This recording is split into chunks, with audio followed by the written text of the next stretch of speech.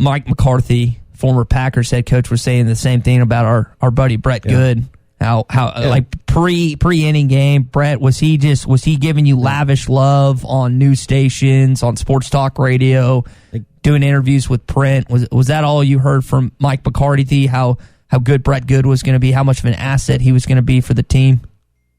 That was definitely it leading into that Monday night football game right after I first got there. How much of an athlete and how low my 40 time was. Yeah.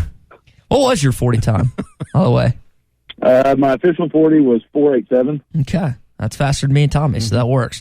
All right. That's my 20 time. Yeah. Brett, there's a latest report from Ian Rappaport, NFL Network, talking about how Aaron's been offered, reportedly, a long-term extension with the Packers that would make him the highest-paid quarterback in the National Football League, and also a report out there that Aaron's potentially recruiting guys to join him at his next destination. What have you made of the latest news concerning your friend and former quarterback? Well, if it's true that they tried to make him the highest paid quarterback and he turned that down, then there's a lot going on there that we don't know, and I just don't understand if he'll be back. You know, you talk about that kind of money, that it's not about the money at that point, and it's about, you know, trying to win championships and trying to figure out if you're on the same page, you're on the same team. So they say they've got a lot of things to iron out. As far as recruiting some other guys, you know, that's really hard to do. You can talk to them, but it's hard to control free agency when you got franchise tags and everything else that goes along with that. Yeah. How much of a page is the NFL, not just with Aaron Rodgers, but you see these quarterbacks trying to manipulate a contract they're in to get out, to go elsewhere. I'm assuming that, you know, a lot of this is you're watching what goes on in the NBA, and the player in the NBA is able to dictate a situation if he has enough productivity leverage. You know, if he's a good enough player. I'm sure there's some of these higher profile, particularly quarterbacks in this league, that kind of like to bring some of this to the NFL right now. Is that some of what's going on with this? But yeah, absolutely. They would love to. You saw Russell Wilson do that early on, that he wanted out of Seattle, and then now all of a sudden he's happy. And so we'll see what happens with Aaron, but I think it's a little bit deeper on that side with him and the Packers, because there's a lot of rumors talking about him being willing to sit out and fork up that $11.5 million this year. I don't see him retiring. I can see him doing a lot like what Brett Favre did, you know, get traded away and then maybe come back to the division later. You know, Brett went to the Jets, but then came back to the Vikings, and there for a little bit, a lot of Green Bay people did not like Brett Favre, and he just wanted to kind of give it back to Green Bay. So there could be something along those lines down the road with him. Talking with Brett Goode, former Arkansas Razorback, here on the Morning Rush. Brett, Arkansas plays Arkansas State in baseball last night, and I don't know how much of the game you watched, but I'm wondering from your vantage point, do you ever wish you could have played the Red Wolves in college, or is that something that's not even crossed your mind to this point? It didn't even cross my mind. I guess it wouldn't have. It's no disrespect to them, but it just wouldn't have meant the same as an SEC football game. It probably would have meant like when we played. You know, we opened up my first game was against Tulsa. I think that's what you would have considered them back when I was playing, because that's the way we viewed them. The SEC is a tough schedule. I don't think that the Red Wolves could hang with in the SEC West. You know, Arkansas has struggled obviously of late, but I think we're on the right path to turn that around. And I think that TV and playing, you know, our baseball team is good for the whole state.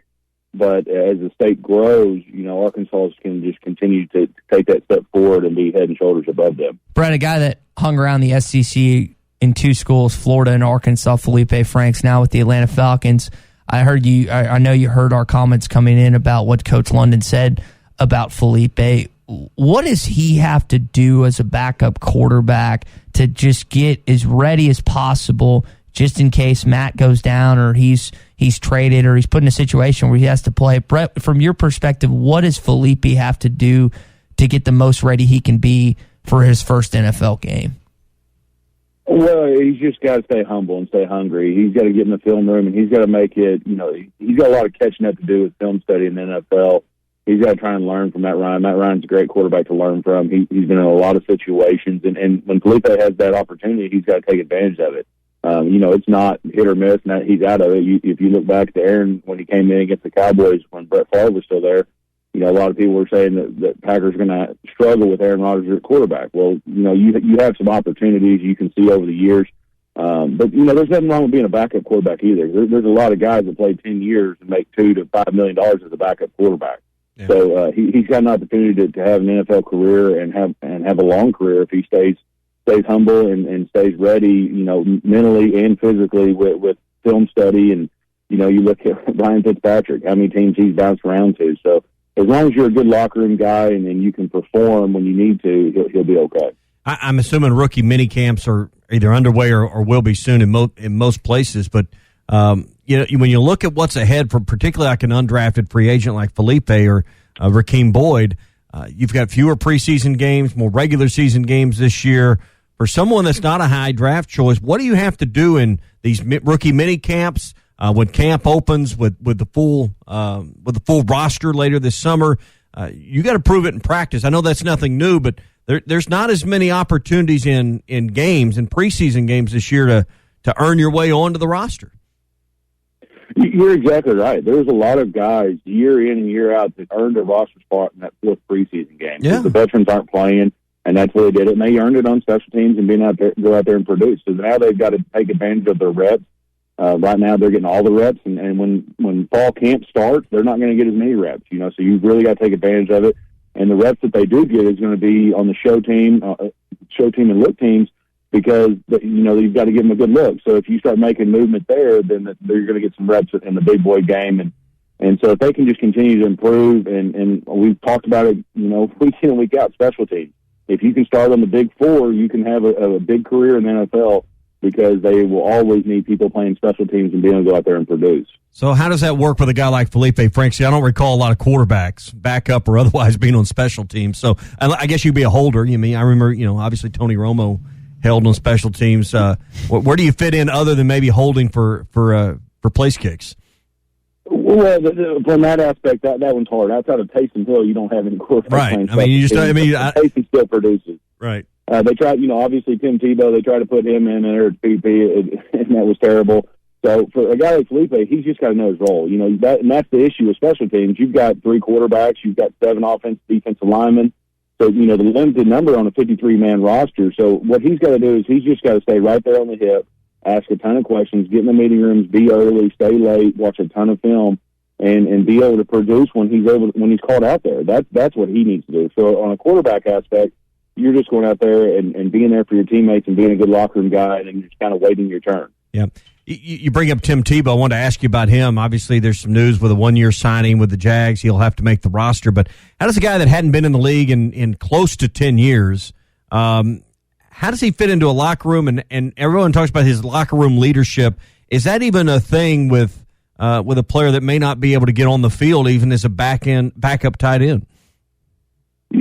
I've heard a couple of people talk about, a third-string tight end being a motivational speaker. You don't see that a lot in the NFL. So that one's tough to swallow. The other part is, this is a hard thing for players that maybe missed that one roster spot because of Tim coming in there to try out a position. And like you said, 9-10 years out of the league, Mark Sanchez beat him out at quarterback. So his time has been up.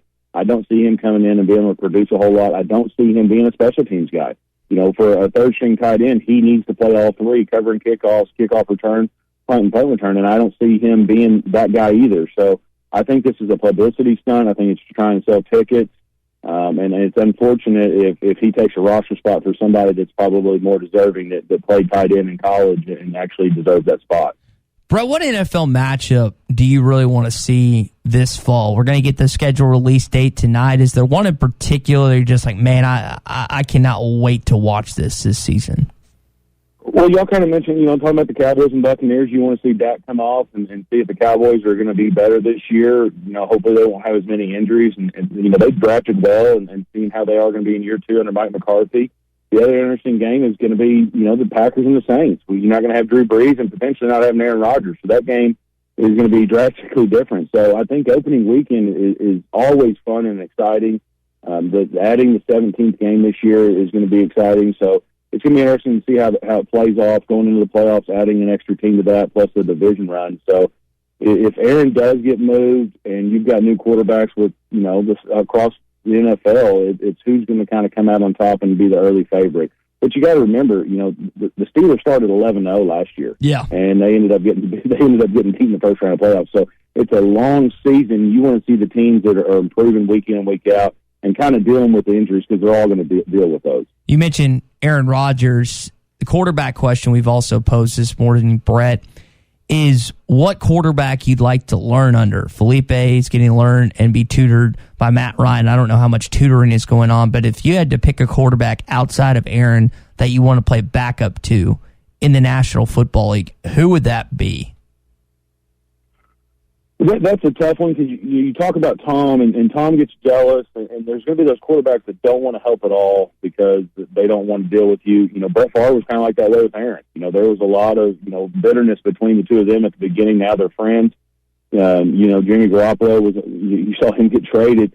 But then you got like Alex Smith, what he did the 1 year there in Kansas City with Patrick Mahomes. And you wonder how much he actually helped Patrick, but I'm sure there's a lot of things that coming into the league, if you can just get a little help of what to look for on film and actually how to study, because it's a different type of study session when you take school out of there. Your school that you do is in the NFL film room.